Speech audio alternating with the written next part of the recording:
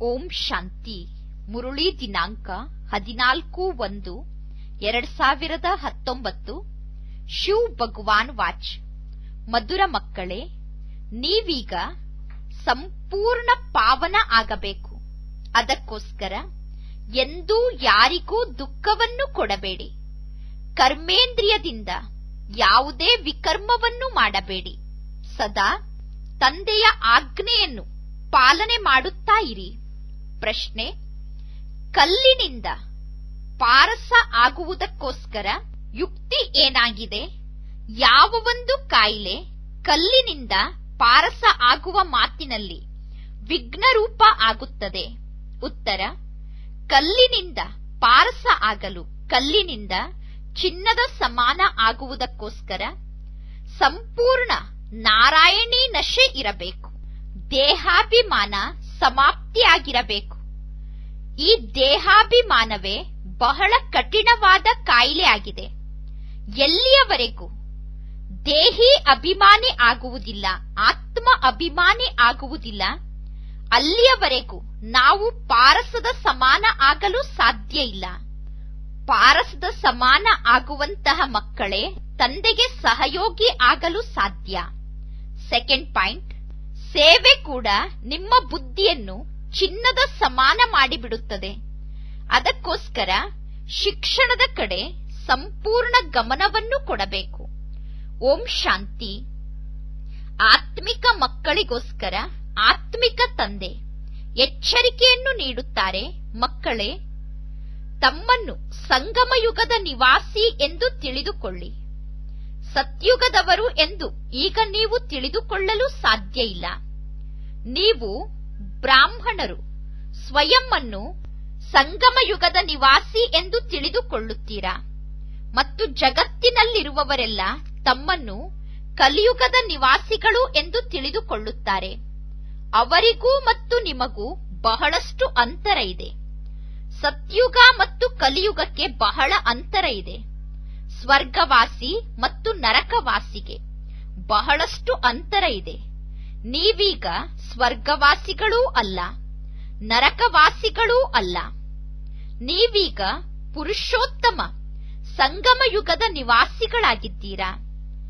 ಈ ಸಂಗಮಯುಗವನ್ನು ಬ್ರಾಹ್ಮಣರಾದ ನೀವು ಮಾತ್ರ ತಿಳಿದುಕೊಂಡಿದ್ದೀರಾ. ಬೇರೆ ಯಾರಿಗೂ ಸಂಗಮಯುಗದ ಬಗ್ಗೆ ಗೊತ್ತಿಲ್ಲ. ನೀವು ಬಲೆ ಸಂಗಮಯುಗದ ಬಗ್ಗೆ ತಿಳಿದುಕೊಂಡಿದ್ದೀರಾ, ಆದರೂ ಸಂಗಮಯುಗವನ್ನು ಮರೆತು ಬಿಡುತ್ತೀರಾ. ಈಗ ಮನುಷ್ಯರಿಗೆ ತಿಳಿಸುವುದು ಹೇಗೆ? ಮನುಷ್ಯರು ರಾವಣನ ಬಂಧನದಲ್ಲಿ ಸಿಕ್ಕಿ ಹಾಕಿಕೊಂಡಿದ್ದಾರೆ. ಈಗ ರಾಮರಾಜ್ಯ ಅಂತೂ ಇಲ್ಲ. ರಾವಣನನ್ನು ಪ್ರತಿ ವರ್ಷ ಸುಡುತ್ತಾರೆ. ಇದರಿಂದ ಸಿದ್ಧ ಆಗುತ್ತದೆ ಇದು ರಾವಣನ ರಾಜ್ಯ ಆಗಿದೆ ಎಂದು. ರಾಮರಾಜ್ಯ ಎಂದರೆ ಏನು, ರಾವಣ ರಾಜ್ಯ ಎಂದರೆ ಏನು ಅನ್ನುವುದೂ ಕೂಡ ಈಗ ನಿಮಗೆ ಗೊತ್ತಿದೆ. ನಂಬರ್ ವಾರ್ ಪುರುಷಾರ್ಥದ ಅನುಸಾರ ನೀವು ರಾಮರಾಜ್ಯ ಮತ್ತು ರಾವಣ ರಾಜ್ಯದ ಬಗ್ಗೆ ತಿಳಿದುಕೊಂಡಿದ್ದೀರಾ. ತಂದೆ ಬರುವುದೇ ಸಂಗಮ ಯುಗದಲ್ಲಿ. ಅದಕ್ಕೋಸ್ಕರ ಈಗ ಹೋಲಿಕೆ ಮಾಡಲಾಗುತ್ತದೆ. ಸತ್ಯುಗ ಮತ್ತು ಕಲಿಯುಗದ ಹೋಲಿಕೆಯನ್ನು ಈಗ ಮಾಡಲಾಗುತ್ತದೆ. ಕಲಿಯುಗದಲ್ಲಿ ಇರುವವರಿಗೆ ನರಕವಾಸಿ ಎಂದು ಕರೆಯುತ್ತೇವೆ. ಸತ್ಯುಗದಲ್ಲಿ ಇರುವವರಿಗೆ ಸ್ವರ್ಗವಾಸಿ ಎಂದು ಕರೆಯಲಾಗುತ್ತದೆ. ಸ್ವರ್ಗವಾಸಿಗಳಿಗೆ ಪಾವನ ಎಂದು ಕರೆಯುತ್ತೇವೆ. ನರಕವಾಸಿಗಳಿಗೆ ಪತಿತ ಎಂದು ಕರೆಯಲಾಗುತ್ತದೆ. ಈಗ ನಿಮ್ಮ ಮಾತೆ ಸಂಪೂರ್ಣ ಭಿನ್ನ ಆಗಿದೆ. ಅಂದ ಮೇಲೆ ಈ ಪುರುಷೋತ್ತಮ ಸಂಗಮ ಯುಗವನ್ನು ನೀವೀಗ ತಿಳಿದುಕೊಂಡಿದ್ದೀರಾ. ನಿಮಗೆ ಗೊತ್ತಿದೆ, ನಾವು ಬ್ರಾಹ್ಮಣರಾಗಿದ್ದೇವೆ. ವರ್ಣದ ಚಿತ್ರ ಕೂಡ ಬಹಳ ಚೆನ್ನಾಗಿದೆ.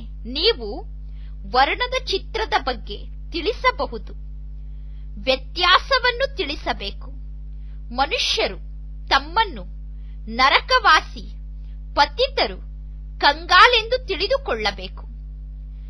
ವರ್ಣದ ಚಿತ್ರದಲ್ಲಿ ನೀವು ಬರೆಯಬೇಕಾಗಿದೆ, ಈಗ ಈ ಜಗತ್ತು ಹಳೆಯ ಕಲಿಯುಗ ಆಗಿದೆ. ಸತ್ಯುಗ ಅಂದರೆ ಸ್ವರ್ಗ ಆಗಿದೆ. ಸತ್ಯುಗ ಹೊಸ ಜಗತ್ತಾಗಿದೆ. ನೀವು ನರಕವಾಸಿಗಳೋ ಅಥವಾ ಸ್ವರ್ಗವಾಸಿಗಳೋ ಎಂದು ಜನರನ್ನು ಕೇಳಬೇಕು. ನೀವು ದೇವತೆಗಳೋ ಅಥವಾ ಅಸುರರೋ? ಈ ರೀತಿ ಯಾರೂ ಹೇಳುವುದಿಲ್ಲ ನಾವು ಸ್ವರ್ಗವಾಸಿ ಆಗಿದ್ದೇವೆ ಎಂದು. ಕೆಲವರು ಈ ರೀತಿ ತಿಳಿದುಕೊಂಡಿದ್ದಾರೆ, ನಾವು ಸ್ವರ್ಗದಲ್ಲೇ ಇದ್ದೇವೆ ಎಂದು. ಅರೆ, ಈಗ ಈ ಕಲಿಯುಗ ಅಂತೂ ನರಕ ಆಗಿದೆ. ಈಗ ಸತ್ಯುಗ ಎಲ್ಲಿದೆ? ಇದು ರಾವಣನ ರಾಜ್ಯ. ಅದಕ್ಕೋಸ್ಕರ ರಾವಣನನ್ನು ಸುಡುತ್ತಾರೆ. ಆ ಜನರ ಬಳಿ ಕೂಡ ಎಷ್ಟೊಂದು ಉತ್ತರಗಳಿರುತ್ತದೆ. ಸರ್ವವ್ಯಾಪಿ ಅನ್ನುವ ಮಾತಿನ ಬಗ್ಗೆ ಅವರು ಎಷ್ಟೊಂದು ಚರ್ಚೆ ಮಾಡುತ್ತಾರೆ. ಈಗ ಮಕ್ಕಳಾದ ನೀವು ಕ್ಲಿಯರ್ ಆಗಿ ಕೇಳುತ್ತೀರಾ, ಇದು ಹೊಸ ಜಗತ್ತೋ ಅಥವಾ ಹಳೆಯ ಜಗತ್ತೋ ಎಂದು. ಈ ರೀತಿ ಕ್ಲಿಯರ್ ಆಗಿ ವ್ಯತ್ಯಾಸವನ್ನು ನೀವು ತಿಳಿಸಬೇಕು. ಈ ಮಾತನ್ನು ತಿಳಿಸಲು ನಿಮಗೆ ಬಹಳಷ್ಟು ಬುದ್ಧಿ ಬೇಕು. ಯುಕ್ತಿಯಿಂದ ಬರೆಯಬೇಕು. ಮನುಷ್ಯರು ಸ್ವಯಂವನ್ನು ಕೇಳಿಕೊಳ್ಳಬೇಕು, ನಾನು ನರಕವಾಸಿ ಆಗಿದ್ದೇನೋ ಅಥವಾ ಸ್ವರ್ಗವಾಸಿ ಆಗಿದ್ದೇನೋ ಎಂದು. ಈಗ ಇದು ಹಳೆಯ ಜಗತ್ತೋ ಅಥವಾ ಹೊಸ ಜಗತ್ತೋ ಎಂದು ಅವರು ಕೇಳಿಕೊಳ್ಳಬೇಕು. ಇದು ರಾಮರಾಜ್ಯವೋ ಅಥವಾ ರಾವಣ ರಾಜ್ಯವೋ? ನಾವೀಗ ಹಳೆಯ ಕಲಿಯುಗಿ ಜಗತ್ತಿನ ನಿವಾಸಿ ಆಗಿದ್ದೇವೋ ಅಥವಾ ಹೊಸ ಜಗತ್ತಿನ ನಿವಾಸಿ ಆಗಿದ್ದೇವೋ? ಹಿಂದಿಯಲ್ಲಿ ಬರೆದು ನಂತರ ಇಂಗ್ಲಿಷ್ನಲ್ಲಿ, ಗುಜರಾತ್ನಲ್ಲಿ ಟ್ರಾನ್ಸ್ಲೇಟ್ ಮಾಡಿ, ಆಯಾ ಭಾಷೆಯಲ್ಲಿ ಟ್ರಾನ್ಸ್ಲೇಟ್ ಮಾಡಿ. ಆಗ ಮನುಷ್ಯರು ತಮ್ಮನ್ನು ತಾವು ಕೇಳಿಕೊಳ್ಳುತ್ತಾರೆ, ನಾವು ಎಲ್ಲಿಯ ನಿವಾಸಿ ಆಗಿದ್ದೇವೆ ಎಂದು. ಯಾರಾದರೂ ಶರೀರ ಬಿಟ್ಟಾಗ ಜನ ಹೇಳುತ್ತಾರೆ, ಇವರು ಸ್ವರ್ಗವಾಸಿ ಆದರು ಎಂದು. ಆದರೆ ಈಗ ಸ್ವರ್ಗ ಎಲ್ಲಿದೆ? ಇದಂತೂ ಕಲಿಯುಗ ಆಗಿದೆ. ಅವರು ಅವಶ್ಯವಾಗಿ ಇಲ್ಲೇ ಕಲಿಯುಗದಲ್ಲಿ ಪುನರ್ಜನ್ಮವನ್ನು ಪಡೆದುಕೊಳ್ಳುತ್ತಾರೆ. ಸ್ವರ್ಗ ಎಂದು ಸತ್ಯುಗಕ್ಕೆ ಕರೆಯಲಾಗುತ್ತದೆ. ಅವರು ಸ್ವರ್ಗಕ್ಕೆ ಹೇಗೆ ಹೋಗಲು ಸಾಧ್ಯ? ಈಗ ಈ ಎಲ್ಲಾ ಮಾತಿನ ಬಗ್ಗೆ ನೀವು ವಿಚಾರ ಸಾಗರ ಮಂಥನ ಮಾಡಬೇಕು. ಇದೆಲ್ಲ ವಿಚಾರ ಸಾಗರ ಮಂಥನ ಮಾಡುವ ಮಾತಾಗಿದೆ. ಈ ರೀತಿ ಕ್ಲಿಯರ್ ಆಗಿ ವ್ಯತ್ಯಾಸವನ್ನು ಬರೆಯಬೇಕು, ಚಿತ್ರದಲ್ಲಿ ಬರೆದಿರಬೇಕು. ಭಗವಾನ್ ವಾಚ್, ಪ್ರತಿಯೊಬ್ಬರು ನಿಮ್ಮನ್ನು ನೀವು ಕೇಳಿಕೊಳ್ಳಿ, ನಾನು ಸತ್ಯುಗಿ ರಾಮರಾಜ್ಯದ ನಿವಾಸಿಯಾಗಿದ್ದೇನೋ ಅಥವಾ ಕಲಿಯುಗಿ ರಾವಣ ರಾಜ್ಯದ ನಿವಾಸಿಯಾಗಿದ್ದೇನೋ? ನೀವು ಬ್ರಾಹ್ಮಣರು ಸಂಗಮಯುಗದ ನಿವಾಸಿಯಾಗಿದ್ದೀರಾ? ನಿಮ್ಮನ್ನಂತೂ ಯಾರೂ ತಿಳಿದುಕೊಂಡಿಲ್ಲ, ನಿಮ್ಮ ಬಗ್ಗೆ ಯಾರಿಗೂ ಗೊತ್ತಿಲ್ಲ. ನೀವು ಸರ್ವರಿಗಿಂತ ಭಿನ್ನ ಆಗಿದ್ದೀರಾ. ನೀವು ಸತ್ಯುಗ ಮತ್ತು ಕಲಿಯುಗವನ್ನು ಯಥಾರ್ಥವಾಗಿ ತಿಳಿದುಕೊಂಡಿದ್ದೀರಾ.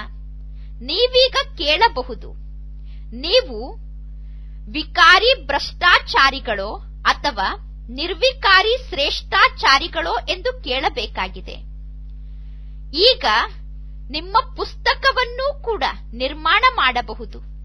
ಹೊಸ ಹೊಸ ಮಾತುಗಳನ್ನು ಬರೆಯಬೇಕಾಗಿದೆ. ಹೊಸ ಹೊಸ ಮಾತನ್ನು ನೀವು ಯುಕ್ತಿಯಿಂದ ತೆಗೆಯಬೇಕು.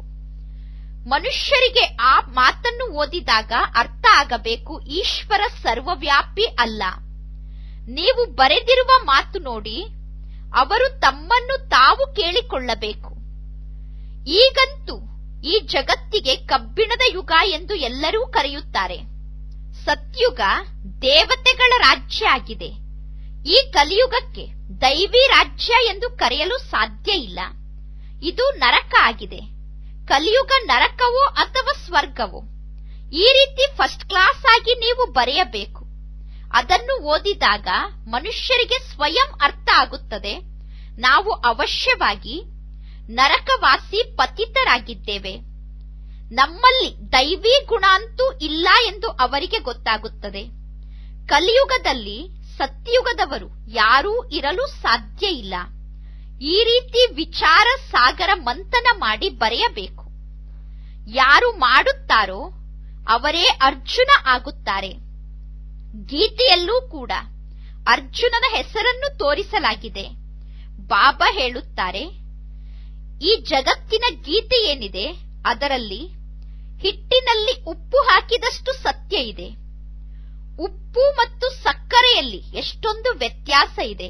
ಸಕ್ಕರೆ ಸಿಹಿಯಾಗಿ ಇರುತ್ತದೆ, ಉಪ್ಪು ಉಪ್ಪಾಗಿ ಇರುತ್ತದೆ. ಕೃಷ್ಣ ಭಗವಾನ್ ವಾಚ್ ಎಂದು ಬರೆಯುವುದು ಅಂದರೆ ಗೀತೆಯಲ್ಲಿ ಉಪ್ಪನ್ನು ಸೇರಿಸಿದಂತೆ, ಇಡೀ ಗೀತೆಯನ್ನೇ ಉಪ್ಪಿನ ಸಮಾನ ಮಾಡಿದಂತೆ. ಈ ರೀತಿ ಕೃಷ್ಣನ ಹೆಸರನ್ನು ಹಾಕಿರುವ ಕಾರಣ ಮನುಷ್ಯರು ಎಷ್ಟೊಂದು ಕೊಳಕಿನಲ್ಲಿ ಸಿಕ್ಕಿ ಹಾಕಿಕೊಂಡಿದ್ದಾರೆ. ಪಾಪ, ಜನರಿಗೆ ಜ್ಞಾನದ ರಹಸ್ಯ ಗೊತ್ತಿಲ್ಲ. ಜ್ಞಾನ ಭಗವಂತ ಬಂದು ಈಗ ನಿಮಗೆ ತಿಳಿಸುತ್ತಿದ್ದಾರೆ. ಈ ಜ್ಞಾನ ಬೇರೆ ಯಾರಿಗೂ ಗೊತ್ತಿಲ್ಲ. ಜ್ಞಾನ ಬಹಳ ಸಹಜ ಆಗಿದೆ, ಆದರೆ ಭಗವಂತ ಓದಿಸುತ್ತಿದ್ದಾರೆ ಅನ್ನುವ ಮಾತನ್ನು ಮರೆತು ಬಿಡುತ್ತಾರೆ. ಟೀಚರನ್ನು ಕೂಡ ಮರೆತು ಬಿಡುತ್ತಾರೆ. ಹಾಗೆ ನೋಡಿದರೆ ವಿದ್ಯಾರ್ಥಿಗಳು ಎಂದೂ ಕೂಡ ಟೀಚರನ್ನು ಮರೆಯುವುದಿಲ್ಲ. ಗಳಿಗೆಗೂ ಮಕ್ಕಳು ಬಾಬಾರವರಿಗೆ ಹೇಳುತ್ತಾರೆ, ಬಾಬಾ, ನಾವು ನಿಮ್ಮನ್ನು ಮರೆತು ಬಿಡುತ್ತೇವೆ. ಬಾಬಾ ಹೇಳುತ್ತಾರೆ, ಮಾಯೆ ಏನು ಕಡಿಮೆ ಇಲ್ಲ, ನೀವು ದೇಹಾಭಿಮಾನಕ್ಕೆ ವಶ ಆಗುತ್ತೀರಾ. ಬಹಳಷ್ಟು ವಿಕರ್ಮ ದೇಹಾಭಿಮಾನಕ್ಕೆ ವಶ ಆದಾಗ ನಿಮ್ಮಿಂದ ಆಗುತ್ತದೆ. ನೀವು ವಿಕರ್ಮ ಮಾಡದೇ ಇರುವಂತಹ ಯಾವುದೇ ಒಂದು ದಿನ ಕೂಡ ಇಲ್ಲ. ಎಲ್ಲದಕ್ಕಿಂತ ಮುಖ್ಯವಾದ ವಿಕರ್ಮ ನೀವು ಯಾವುದನ್ನು ಮಾಡುತ್ತೀರಾ ಅಂದರೆ ತಂದೆಯ ಆಜ್ಞೆಯನ್ನೇ ಮರೆತು ಬಿಡುತ್ತೀರಾ. ತಂದೆ ಮಕ್ಕಳಿಗೆ ಆಜ್ಞೆಯನ್ನು ನೀಡುತ್ತಾರೆ, ಮನ್ಮನಾಭವ, ನಿಮ್ಮನ್ನು ಆತ್ಮ ಎಂದು ತಿಳಿದುಕೊಳ್ಳಿ, ತಂದೆಯಾದ ನನ್ನನ್ನು ನೆನಪು ಮಾಡಿ. ಮಕ್ಕಳು ಈ ಆಜ್ಞೆಯಂತೆ ನಡೆಯುವುದಿಲ್ಲ ಅಂದ ಮೇಲೆ ಅವಶ್ಯವಾಗಿ ಮಕ್ಕಳಿಂದ ವಿಕರ್ಮ ಆಗುತ್ತದೆ, ಬಹಳಷ್ಟು ಪಾಪ ಆಗಿಬಿಡುತ್ತದೆ. ತಂದೆಯ ಆಜ್ಞೆ ಬಹಳ ಸಹಜವೂ ಹೌದು. ಎಷ್ಟಾದರೂ ತಲೆ ಚಚ್ಚಿಕೊಳ್ಳಲಿ, ಆದರೂ ಮಕ್ಕಳು ಮರೆತು ಬಿಡುತ್ತಾರೆ. ಏಕೆಂದರೆ ಅರ್ಧ ಕಲ್ಪದ ದೇಹಾಭಿಮಾನ ಇದೆ. 5 ನಿಮಿಷ ಕೂಡ ಯಥಾರ್ಥ ರೀತಿಯಿಂದ ತಂದೆಯ ನೆನಪಿನಲ್ಲಿ ಕುಳಿತುಕೊಳ್ಳಲು ಸಾಧ್ಯ ಆಗುತ್ತಿಲ್ಲ. ಒಂದು ವೇಳೆ ಇಡೀ ದಿನ ತಂದೆಯ ನೆನಪಿನಲ್ಲಿ ನೀವಿದ್ದರೆ ನೀವು ಪುನಃ ಕರ್ಮಾತೀತ ಸ್ಥಿತಿಯನ್ನು ತಲುಪಿಬಿಡುತ್ತೀರಾ. ತಂದೆ ತಿಳಿಸುತ್ತಾರೆ, ಇದರಲ್ಲೇ ಪರಿಶ್ರಮ ಇದೆ. ನೀವೀಗ ಆ ಶಾರೀರಿಕ ಶಿಕ್ಷಣವನ್ನು ಚೆನ್ನಾಗಿ ಓದುತ್ತೀರಾ. ಜಗತ್ತಿನ ಇತಿಹಾಸ ಭೂಗೋಳವನ್ನು ಓದುವಂತಹ ಪ್ರಾಕ್ಟೀಸ್ ನಿಮಗೆ ಎಷ್ಟೊಂದು ಇದೆ. ಆದರೆ ಈ ನೆನಪಿನ ಯಾತ್ರೆಯ ಅಭ್ಯಾಸ ಸ್ವಲ್ಪವೂ ಇಲ್ಲ. ತಮ್ಮನ್ನು ಆತ್ಮ ಎಂದು ತಿಳಿದುಕೊಂಡು ತಂದೆಯನ್ನು ನೆನಪು ಮಾಡುವುದು ಇದು ಹೊಸ ಮಾತಾಗಿದೆ.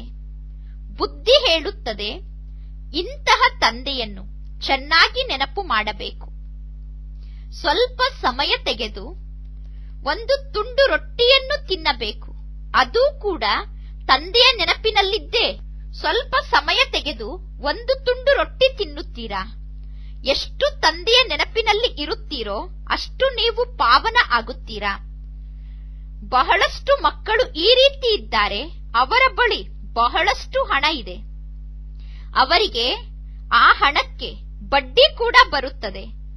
ಅವರು ಸಂಪಾದನೆ ಮಾಡುವ ಅವಶ್ಯಕತೆ ಇಲ್ಲ. ತಂದೆಯ ನೆನಪಿನಲ್ಲಿ ಇದ್ದು ಒಂದು ತುಂಡು ರೊಟ್ಟಿ ತಿನ್ನುತ್ತಿದ್ದರೆ ಸಾಕು. ಆದರೆ ಮಾಯೆ ತಂದೆಯನ್ನು ನೆನಪು ಮಾಡಲು ಬಿಡುವುದಿಲ್ಲ. ಕಲ್ಪದ ಮೊದಲು ಯಾರು ಎಷ್ಟು ಪುರುಷಾರ್ಥ ಮಾಡಿದ್ದರೋ ಈಗಲೂ ಅವರು ಅಷ್ಟೇ ಪುರುಷಾರ್ಥ ಮಾಡುತ್ತಾರೆ. ಸಮಯ ಅಂತೂ ಹಿಡಿಯುತ್ತದೆ. ಯಾರಾದರೂ ಸ್ಪೀಡ್ ಆಗಿ ಓಡಿ ಹೋಗಿ ಗುರಿಯನ್ನು ತಲುಪಬೇಕು ಅಂದುಕೊಂಡರೆ ಸಾಧ್ಯ ಇಲ್ಲ. ಇಲ್ಲಿ ಇಬ್ಬರು ತಂದೆ ಇದ್ದಾರೆ. ಬೇಹದ್ದಿನ ತಂದೆಗಂತೂ ತಮ್ಮ ಶರೀರವೇ ಇಲ್ಲ. ಶಿವ ತಂದೆ ಬ್ರಹ್ಮ ತಂದೆಯ ಶರೀರದಲ್ಲಿ ಪ್ರವೇಶ ಮಾಡಿ ಮಾತನಾಡುತ್ತಾರೆ. ಈಗ ನಾವು ಶಿವ ತಂದೆಯ ಶ್ರೀಮತದಂತೆ ನಡೆಯಬೇಕು. ತಂದೆ ಮಕ್ಕಳಿಗೆ ಇಲ್ಲಿ ಶ್ರೀಮತವನ್ನು ನೀಡುತ್ತಿದ್ದಾರೆ. ದೇಹ ಸಹಿತ ದೇಹದ ಎಲ್ಲಾ ಧರ್ಮವನ್ನು ಬಿಟ್ಟು ನಿಮ್ಮನ್ನು ಆತ್ಮ ಎಂದು ತಿಳಿದುಕೊಳ್ಳಿ. ನೀವು ಪವಿತ್ರ ಆತ್ಮರು ಈ ಸೃಷ್ಟಿಗೆ ಬಂದಿದ್ದೀರಿ. 84 ಜನ್ಮವನ್ನು ಪಡೆಯುತ್ತಾ ನೀವೀಗ ಪತಿತರಾಗಿದ್ದೀರಾ. ಈಗ ಪಾವನ ಆಗುವುದಕ್ಕೋಸ್ಕರ ತಂದೆಯ ಶ್ರೀಮತದಂತೆ ನಡೆಯಿರಿ. ತಂದೆ ಮಕ್ಕಳಿಗೆ ಗ್ಯಾರಂಟಿ ನೀಡುತ್ತಾರೆ, ನೀವು ನನ್ನ ಶ್ರೀಮತದಂತೆ ನಡೆದರೆ ನಿಮ್ಮ ಪಾಪ ನಾಶ ಆಗುತ್ತದೆ, ನಿಮ್ಮ ಆತ್ಮ ಕಂಚನದ ಸಮಾನ ಆಗುತ್ತದೆ. ಆದರೆ ಸತ್ಯುಗದಲ್ಲಿ ನಿಮಗೆ ಕಂಚನದ ಸಮಾನ ದೇಹ ಸಿಗುತ್ತದೆ.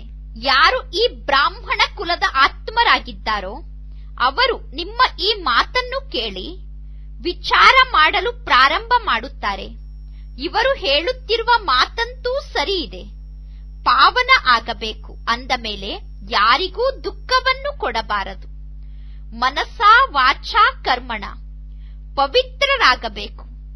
ಮನಸ್ಸಿನಲ್ಲೇ ಬಿರುಗಾಳಿ ಬರುತ್ತದೆ. ನೀವು ಬೇಹದ್ದಿನ ರಾಜ್ಯಭಾಗ್ಯವನ್ನು ಪಡೆದುಕೊಳ್ಳುತ್ತಿದ್ದೀರಾ ಅಂದ ಮೇಲೆ ಬಲೆ ನೀವು ಸತ್ಯವನ್ನು ಹೇಳಿ ಅಥವಾ ಹೇಳದೇ ಇರಿ. ಆದರೆ ತಂದೆ ಸ್ವಯಂ ಹೇಳುತ್ತಾರೆ, ಮಾಯೆಯ ವಿಕಲ್ಪ ಅಂತೂ ಮಕ್ಕಳ ಸಮ್ಮುಖದಲ್ಲಿ ಬಹಳಷ್ಟು ಬರುತ್ತದೆ. ಆದರೆ ನೀವು ಕರ್ಮೇಂದ್ರಿಯದಿಂದ ಯಾವುದೇ ವಿಕರ್ಮವನ್ನು ಮಾಡಬಾರದು, ಕರ್ಮೇಂದ್ರಿಯದಿಂದ ಯಾವುದೇ ಪಾಪವನ್ನು ಮಾಡಬಾರದು. ನೀವೀಗ ಈ ವ್ಯತ್ಯಾಸದ ಮಾತುಗಳನ್ನು ಬಹಳ ಚೆನ್ನಾಗಿ ಬರೆಯಬೇಕು. ಕೃಷ್ಣ ಸಂಪೂರ್ಣ 84 ಜನ್ಮವನ್ನು ಪಡೆದುಕೊಳ್ಳುತ್ತಾರೆ ಮತ್ತು ಶಿವತಂದೆ ಪುನರ್ಜನ್ಮವನ್ನು ಪಡೆದುಕೊಳ್ಳುವುದಿಲ್ಲ. ಕೃಷ್ಣ ಸರ್ವಗುಣ ಸಂಪನ್ನ ದೇವತೆ ಆಗಿದ್ದಾರೆ, ಶಿವತಂದೆಯಂತೂ ತಂದೆ ಆಗಿದ್ದಾರೆ. ನೀವು ನೋಡಿದ್ದೀರಾ, ಪಾಂಡವರ ಚಿತ್ರವನ್ನು ಎಷ್ಟು ದೊಡ್ಡ ದೊಡ್ಡ ಸೈಜ್ನಲ್ಲಿ ಮಾಡುತ್ತಾರೆ. ಪಾಂಡವರನ್ನು ಬಹಳ ಎತ್ತರದ ರೂಪದಲ್ಲಿ ತೋರಿಸುತ್ತಾರೆ. ಇದರ ಅರ್ಥ ಆಗಿದೆ, ಪಾಂಡವರ ಬುದ್ಧಿ ಬಹಳ ವಿಶಾಲ ಬುದ್ಧಿ ಆಗಿತ್ತು. ಅವರಿಗೆ ಬಹಳಷ್ಟು ಬುದ್ಧಿ ಇತ್ತು. ಬುದ್ಧಿ ಬಹಳಷ್ಟು ಇತ್ತು ಎಂದು ತೋರಿಸುವ ಬದಲು ಅವರು ಶರೀರದ ಸೈಜನ್ನು ಎತ್ತರ ಮಾಡಿಬಿಟ್ಟಿದ್ದಾರೆ. ಈಗ ನಿಮ್ಮಷ್ಟು ವಿಶಾಲ ಬುದ್ಧಿ ಜಗತ್ತಿನಲ್ಲಿ ಬೇರೆ ಯಾರಿಗೂ ಇಲ್ಲ. ಈಗ ನಿಮ್ಮ ಬುದ್ಧಿ ಈಶ್ವರೀಯ ಬುದ್ಧಿಯಾಗಿದೆ. ಭಕ್ತಿಯಲ್ಲಿ ಎಷ್ಟೊಂದು ದೊಡ್ಡ ದೊಡ್ಡ ಚಿತ್ರಗಳನ್ನು ತಯಾರು ಮಾಡಿ ಹಣವನ್ನು ವ್ಯರ್ಥವಾಗಿ ಖರ್ಚು ಮಾಡುತ್ತಾರೆ. ಎಷ್ಟೊಂದು ವೇದ, ಶಾಸ್ತ್ರ, ಉಪನಿಷತ್ಗಳನ್ನು ನಿರ್ಮಾಣ ಮಾಡಲು ಎಷ್ಟೊಂದು ಧನವನ್ನು ಖರ್ಚು ಮಾಡಿದ್ದಾರೆ. ತಂದೆ ಹೇಳುತ್ತಾರೆ, ನೀವು ಎಷ್ಟೊಂದು ಧನವನ್ನು ಕಳೆದುಕೊಳ್ಳುತ್ತಾ ಬಂದಿದ್ದೀರಾ. ಬೇಹದ್ದಿನ ತಂದೆ ಮಕ್ಕಳಿಗೆ ದೂರನ್ನು ಕೊಡುತ್ತಿದ್ದಾರೆ, ಮಕ್ಕಳ ದೂರನ್ನು ಹೇಳುತ್ತಿದ್ದಾರೆ. ನೀವೀಗ ಅನುಭವ ಮಾಡುತ್ತೀರಾ, ಬಾಬಾ ನಮಗೆ ಬಹಳಷ್ಟು ಧನವನ್ನು ನೀಡಿದ್ದರು. ಬಾಬಾ ರಾಜಯೋಗವನ್ನು ಕಲಿಸಿ ನಮ್ಮನ್ನು ರಾಜರಿಗೆ ರಾಜರನ್ನಾಗಿ ಮಾಡಿದ್ದರು. ಆ ಶಾರೀರಿಕ ಶಿಕ್ಷಣವನ್ನು ಓದಿ ವಕೀಲರಾಗುತ್ತಾರೆ, ಬೇರೆ ಬೇರೆ ಪದವಿಯನ್ನು ಪಡೆದುಕೊಳ್ಳುತ್ತಾರೆ. ನಂತರ ಅಲ್ಲಿ ಸಂಪಾದನೆ ಮಾಡಿಕೊಳ್ಳುತ್ತಾರೆ. ಅದಕ್ಕೋಸ್ಕರ ಹೇಳಲಾಗುತ್ತದೆ, ಶಿಕ್ಷಣವೇ ಸಂಪಾದನೆಗೆ ಆಧಾರ ಆಗಿದೆ. ಈ ಈಶ್ವರೀಯ ಶಿಕ್ಷಣ ಕೂಡ ಸಂಪಾದನೆಗೆ ಆಧಾರ ಆಗಿದೆ. ಈ ಈಶ್ವರೀಯ ಶಿಕ್ಷಣದಿಂದ ಬೇಹದ್ದಿನ ರಾಜ್ಯಭಾಗ್ಯ ಸಿಗುತ್ತದೆ. ಭಾಗವತ, ರಾಮಾಯಣ ಮುಂತಾದದ್ದರಲ್ಲಿ ಯಾವುದೇ ಜ್ಞಾನ ಇಲ್ಲ, ಗುರಿ ಉದ್ದೇಶ ಇಲ್ಲ. ತಂದೆ ಜ್ಞಾನದ ಸಾಗರ ಆಗಿದ್ದಾರೆ. ಅವರು ಕುಳಿತು ಮಕ್ಕಳಿಗೆ ತಿಳಿಸುತ್ತಿದ್ದಾರೆ. ಇದು ಸಂಪೂರ್ಣ ಹೊಸ ಶಿಕ್ಷಣ ಆಗಿದೆ. ಯಾರು ನಮಗೆ ಓದಿಸುತ್ತಿದ್ದಾರೆ? ಸ್ವಯಂ ಭಗವಂತ ಓದಿಸುತ್ತಿದ್ದಾರೆ. ಹೊಸ ಜಗತ್ತಿನ ಮಾಲೀಕರನ್ನಾಗಿ ಮಾಡುವುದಕ್ಕೋಸ್ಕರ ತಂದೆ ಓದಿಸುತ್ತಿದ್ದಾರೆ. ಈ ಲಕ್ಷ್ಮೀನಾರಾಯಣರು ಈ ಶಿಕ್ಷಣವನ್ನು ಕಲಿತು ಇಷ್ಟು ಶ್ರೇಷ್ಠ ಪದವಿಯನ್ನು ಪಡೆದುಕೊಂಡಿದ್ದಾರೆ. ಎಲ್ಲಿ ರಾಜ್ಯ ಭಾಗ್ಯ ಮತ್ತು ಎಲ್ಲಿ ಪ್ರಜಾ ಪದವಿ? ಅದೃಷ್ಟ ತೆರೆದು ಬಿಟ್ಟಿತು ಯಾರದ್ದಾದರೂ ಅಂದರೆ ಅವರ ನೌಕೆ ಪಾರಾಗಿ ಬಿಡುತ್ತದೆ. ವಿದ್ಯಾರ್ಥಿಗಳು ತಿಳಿದುಕೊಳ್ಳಬಹುದು, ನಾವು ಓದುತ್ತಿದ್ದೇವೆ ಅಂದರೆ ಶ್ರೇಷ್ಠ ಪದವಿಯನ್ನು ಪಡೆದುಕೊಳ್ಳುತ್ತೇವೆ. ನಾವು ಶ್ರೇಷ್ಠ ಪದವಿಯನ್ನು ಪಡೆದುಕೊಳ್ಳಲು ಓದುತ್ತಿದ್ದೇವೋ ಅಥವಾ ಇಲ್ಲವೋ, ನಾನು ಓದುತ್ತಿದ್ದೇನೋ ಇಲ್ಲವೋ, ನನಗೆ ಪದವಿ ಸಿಗುತ್ತದೆಯೋ ಇಲ್ಲವೋ ಎಂದು ವಿದ್ಯಾರ್ಥಿಗಳಿಗೆ ಗೊತ್ತಿರುತ್ತದೆ. ಶಿಕ್ಷಣದ ಕಡೆ ಸಂಪೂರ್ಣ ಗಮನ ಇರಬೇಕು. ಕಲ್ಲು ಬುದ್ಧಿಯವರಾಗಿರುವ ಕಾರಣ ಏನನ್ನೂ ತಿಳಿದುಕೊಳ್ಳುವುದಿಲ್ಲ. ಈಗ ನೀವು ಚಿನ್ನದ ಸಮಾನ ಬುದ್ಧಿಯವರಾಗಬೇಕು. ಸೇವೆಯನ್ನು ಮಾಡುವುದರಿಂದ ನಿಮ್ಮ ಬುದ್ಧಿ ಚಿನ್ನದ ಸಮಾನ ಆಗುತ್ತದೆ. ಬ್ಯಾಡ್ಜ್ನ ಮೂಲಕ ನೀವು ಯಾರಿಗಾದರೂ ಜ್ಞಾನವನ್ನು ತಿಳಿಸಬಹುದು. ಬೇಹದ್ದಿನ ತಂದೆಯಿಂದ ಬೇಹದ್ದಿನ ಆಸ್ತಿಯನ್ನು ಪಡೆದುಕೊಳ್ಳಿ. ಭಾರತ ಸ್ವರ್ಗ ಆಗಿತ್ತು, ನಿನ್ನೆಯ ಮಾತಾಗಿದೆ. ಎಲ್ಲಿ 5,000 ವರ್ಷದ ಮಾತು ಮತ್ತು ಎಲ್ಲಿ ಲಕ್ಷಾಂತರ ವರ್ಷದ ಮಾತು, ಎಷ್ಟೊಂದು ವ್ಯತ್ಯಾಸ ಇದೆ. ನೀವು ತಿಳಿದುಕೊಂಡಿದ್ದೀರಾ? ಯಾರು ಸ್ವಲ್ಪವೂ ಜ್ಞಾನವನ್ನು ತಿಳಿದುಕೊಂಡಿಲ್ಲವೋ ಅವರು ಕಲ್ಲು ಬುದ್ಧಿಯವರಾಗಿದ್ದಾರೆ. ನೀವು ತಿಳಿಸಿದರೂ ಕೂಡ ಯಾರಿಗೆ ಸ್ವಲ್ಪವೂ ಅರ್ಥ ಆಗುವುದಿಲ್ಲವೋ ಅವರು ಸಂಪೂರ್ಣ ಕಲ್ಲು ಬುದ್ಧಿಯವರಾಗಿದ್ದಾರೆ. ಈ ಬ್ಯಾಡ್ಜ್ ನಿಮಗೋಸ್ಕರ ಒಂದು ಗೀತಾ ಪುಸ್ತಕ ಇದ್ದಂತೆ. ಇದರಲ್ಲಿ ಸಂಪೂರ್ಣ ಶಿಕ್ಷಣ ಇದೆ. ಮನುಷ್ಯರು ಭಕ್ತಿ ಮಾರ್ಗದಲ್ಲಿ ಗೀತೆಯನ್ನು ನೆನಪು ಮಾಡುತ್ತಾರೆ. ಈಗ ನೀವು ತಂದೆಯ ಮೂಲಕ ಗೀತಾ ಜ್ಞಾನವನ್ನು ಕೇಳುತ್ತೀರಾ. ಈ ಗೀತೆಯಿಂದ 21 ಜನ್ಮಕ್ಕೋಸ್ಕರ ನೀವು ಸದ್ಗತಿಯನ್ನು ಪ್ರಾಪ್ತಿ ಮಾಡಿಕೊಳ್ಳುತ್ತೀರಾ.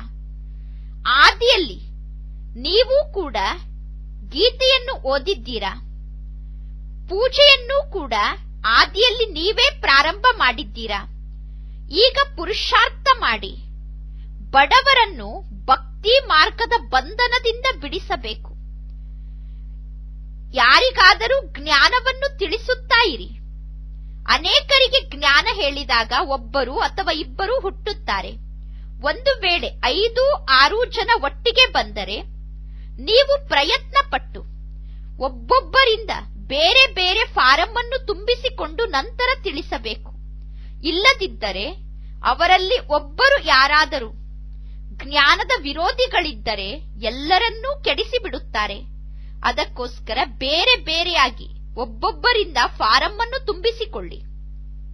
ಒಬ್ಬರು ಫಾರಂ ತುಂಬಿದ್ದನ್ನು ಇನ್ನೊಬ್ಬರು ನೋಡಬಾರದು, ಆ ರೀತಿ ತುಂಬಿಸಿಕೊಳ್ಳಿ. ಆಗ ಅವರಿಗೆ ಅರ್ಥ ಆಗುತ್ತದೆ. ಈಗ ಈ ರೀತಿ ಯುಕ್ತಿಯನ್ನು ನೀವು ರಚಿಸಬೇಕು. ಆಗ ನೀವು ಸಫಲತೆಯನ್ನು ಪ್ರಾಪ್ತಿ ಮಾಡಿಕೊಳ್ಳಬಹುದು. ತಂದೆ ಕೂಡ ವ್ಯಾಪಾರಿ ಆಗಿದ್ದಾರೆ.